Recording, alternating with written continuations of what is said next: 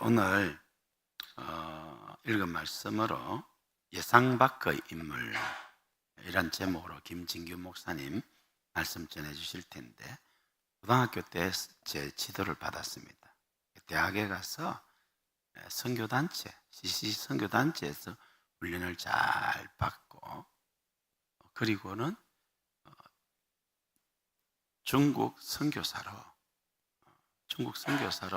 헌신하다가 지금은 미국에서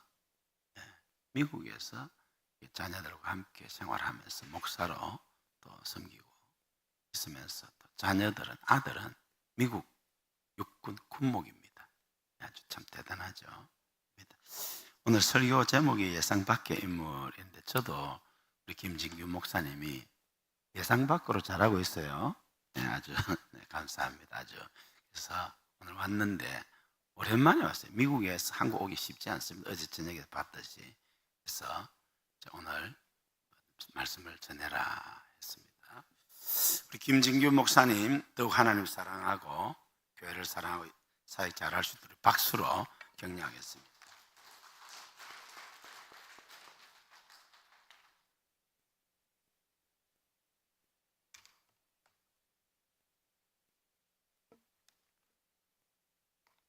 박 목사님 소개해 주셨는데, 제가 박 목사님을 떠난 지가 한 25년, 약 28년 정도 되는 것 같습니다. 참 고등부 학생 시절 때 참 보잘것없는 학생이었는데, 어떻게 또 하나님의 은혜가 임해서 신앙지도를 잘 해주셔서 제가 여기까지 온 것 같습니다. 오늘 새벽기도에 참석하신 여러분들을 사랑하고 축복합니다. 한번 기도하시겠습니다. 거룩하신 하나님, 주 예수님의 은혜를 감사드립니다.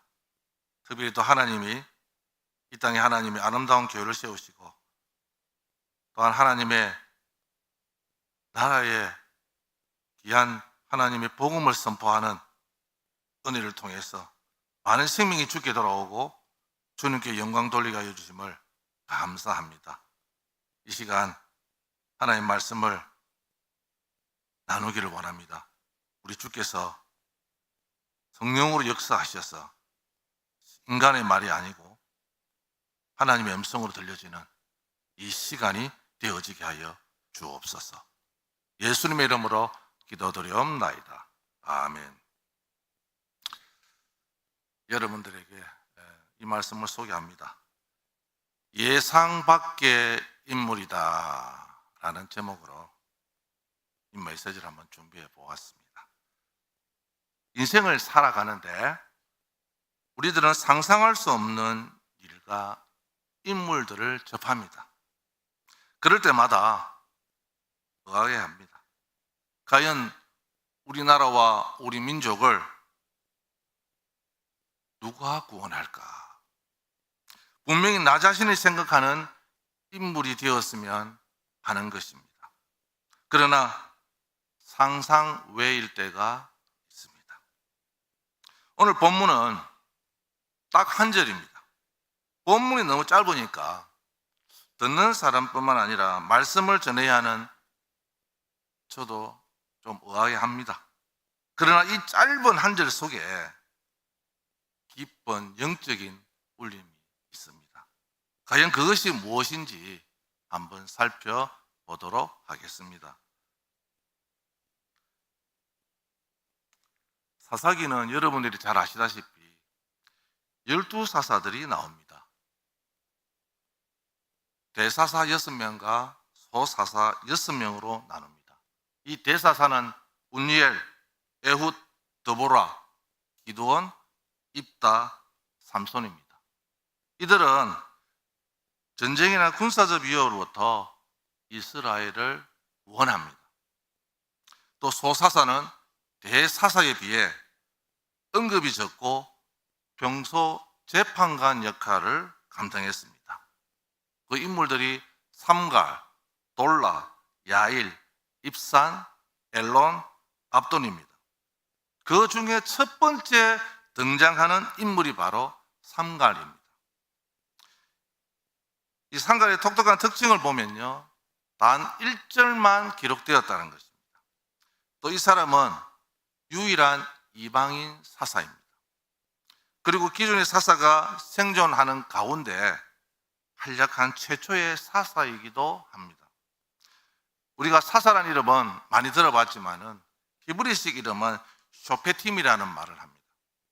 우리나라 말로 하면 재판하는 사람이다, 다스리는 사람이다 라고 말합니다. 먼저 상갈이 등장하기 전에 역사적 상황을 살펴보면 상갈이 등장하기 전 두 번째 사사가 나옵니다. 그분이 에웃입니다. 이 에웃이 에굴론 왕을 죽이고 모압 사람들의 손에서 이스라엘을 구원했습니다.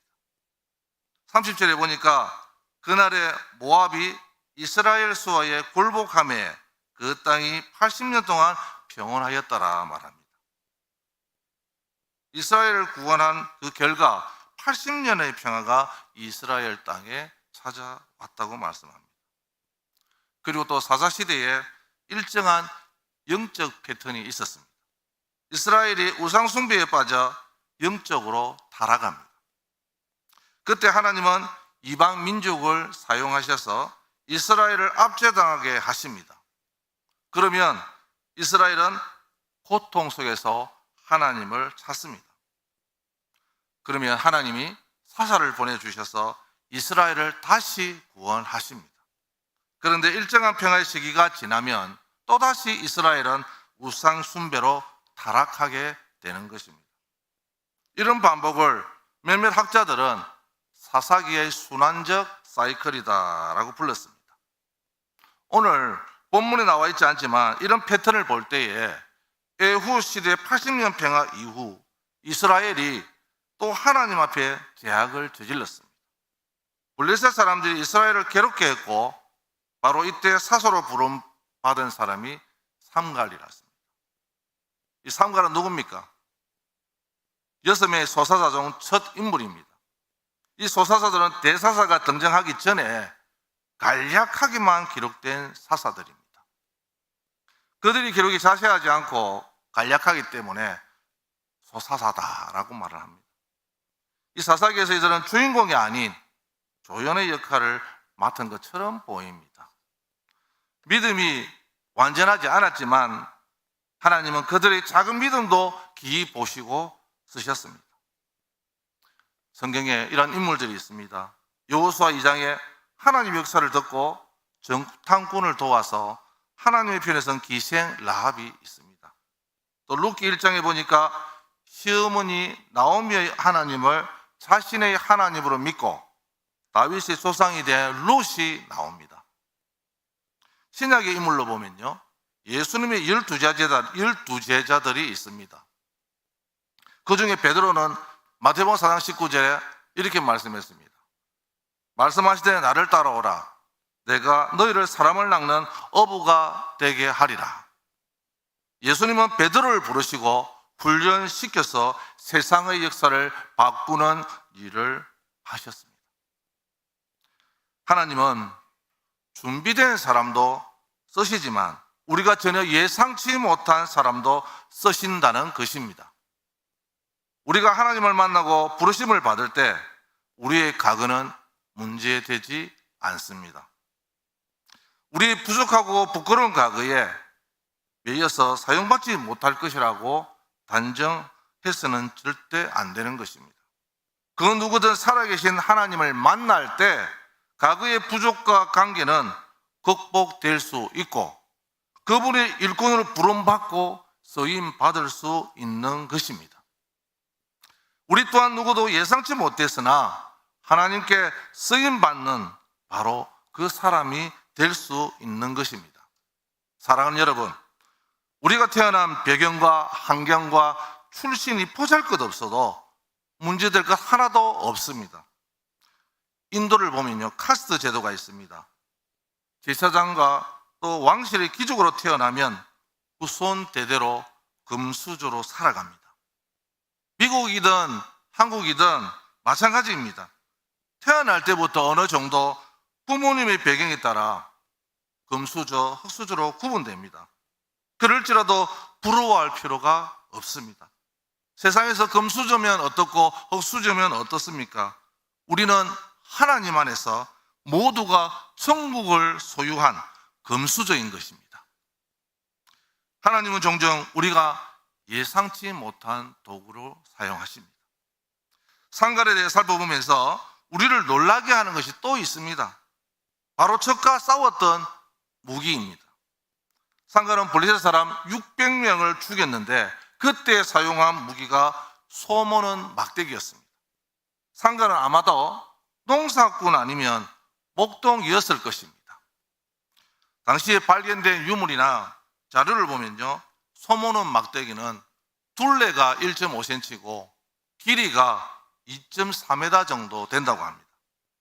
그 끝에는요, 뾰족한 금속 막쇠를 꽂아가지고 창으로 써서 소가 앞으로 지나가면 방향을 잘못 갈 때에 그 막대기로 가지고 소 목을 끌고서 또는 오른쪽으로 끌고 왼쪽으로 끌고서 방향을 잡는 그런 역할을 했다고 합니다. 삼갈이 이런 막대기로 블레셋 사람들을 이길 수 있었다니 놀랍지 않습니까? 당시 블레셋 무기는요, 아주 무시무시했습니다. 아주 날카로운 긴 창각 또는 둥근 방패와 또 몽골에 보면 아주 옛날 사람들은 칼이 짧은 칼이 아니고 넓은 칼이면서도 날카로운 그런 칼을 가지고 다녔고요, 삼각 단검이라는 그런 칼을 가지고 다니면서 잔혹하게 사람을 죽이기로 유명했다는 것입니다. 상갈의 소모는 막대기는요, 블레셋 사람의 무기에 비하면 너무 보잘것없는 그런 도구였습니다. 그러나 하나님이 그를 도와주었습니다. 상갈이 소모는 막대기를 잡았을 때 그것이 단지 소를 모는 막대기였지만 하나님께서 그 소모는 막대기를 잡았을 때는 블레셋을 이기는 강력한 무기가 되었습니다. 그렇습니다. 내가 가진 도구가 무엇인가 보다 내가 가진 도구를 누가 잡느냐가 더 중요하다는 것을 볼 수가 있습니다.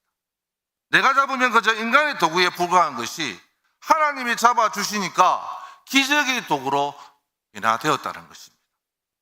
언제까지 내 인생에 좋은 도구가 없다고 한탄하고 있을겠습니까? 언제까지 내가 가진 것이 부끄럽고 보잘것없다고 한숨만 내쉬겠습니까? 내 인생의 소모는 막대기도 하나님께 붙잡히면 역사를 일으키기 싫은 것입니다. 성경에 모세의 지팡이가 하나님 손에 잡혔을 때에 홍해를 갈랐습니다. 어린 다윗의 물매를 하나님이 잡아 사용하시니 그인 골리앗이 쓰러졌습니다. 또 어린아이의 작은 떡 5개와 물고기 2마리가 예수님의 손에 들리니까 5,000명을 먹이고 12광줄이나 남겼다고 말합니다. 사랑하는 여러분, 내가 가진 것이 막대기같이 부족하다고 괴로워하지 마시기 바랍니다. 막대기처럼 부족하지만 내 것을 써주셔서 하나님의 역사를 이루어 달라고 기도하시기 바랍니다. 사랑하는 여러분, 마지막으로 상갈 이야기는요, 하나님 앞에는 우리 모두가 주인공입니다. 한 줄로 표현된 인생이고 또 하나님께 귀하게 쓰임을 받았습니다. 이 상갈의 이야기는 어떤 사람이든 하나님의 일꾼이 될 수 있다는 희망을 주고 있습니다.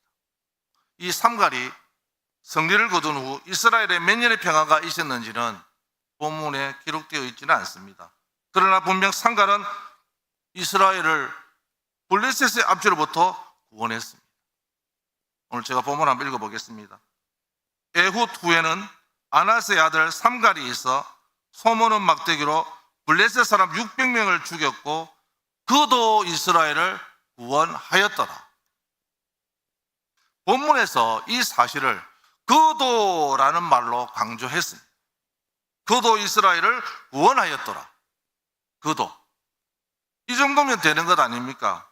비록 사사기의 주인공 대사사는 아니지만 단 한 줄로 요약되었지만 이 정도면 되지 않겠습니까? 내가 대사사인지 소사사인지 중요하지 않습니다. 큰 일꾼이면 어떻고 적은 일꾼이면 어떻습니까?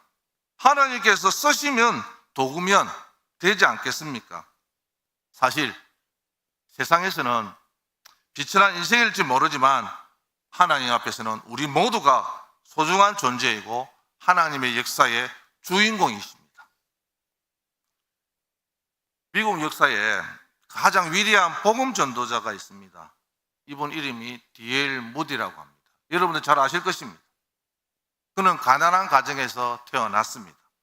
아버지는 4살에 돌아가셨고 초등학교만 졸업했습니다. 그가 구두 수성공으로 생계를 유지하고 있을 때 어느 날 하나님께서 찾아와 주셔서 그를 만나 주셨습니다.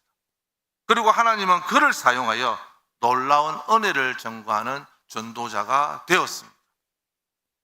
그 결과 무디는 예수님을 만난 이후에 40년 동안 100만 명을 그리스도께 인도했다고 합니다. 그리고 매일 한 번이라도 전도하지 않고는 잠자리에 들지 않았다고 말합니다. 이것이 바로 약한 자, 아무것도 아닌 막대기. 이 막대기 같은 자를 들어 강한 자를 부끄럽게 하시는 하나님의 놀라운 역사에 쓰임을 받았습니다. 한국 기독교 역사에 여러분들이 잘 아시는 순교자들이 있습니다. 제가 경남 사람이기 때문에 이분들을 소개합니다. 실원교회 손양은 목사님, 지뢰 웅천교회 주기철 목사님, 밀양 마산교회 이인재 전도사님, 함안 부봉교회 이현석 전도사님, 모두 우리 고향 사람들입니다. 일제시대 신사 참배 반대운동에 앞장서신 분들이며 온갖 핍박과 고난을 통해 역경을 이겨내시고 순교자의 삶을 사셨습니다. 이분들의 공통점은 하나님의 말씀 앞에 굴복하지 않는 대단한 믿음의 본이 되었고 삼갈의 막대기처럼 쓰임을 받으신 분들입니다.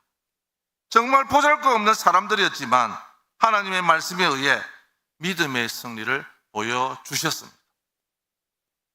현재 제가 아는 선교사님은 30년 이상 인도에서 사역하시고 은퇴하여 대학의 총장으로 섬기시는 분이 계시는데 예전에 어머니가 절에 가서 불공을 절해서 나를 받아 태어났다고 합니다.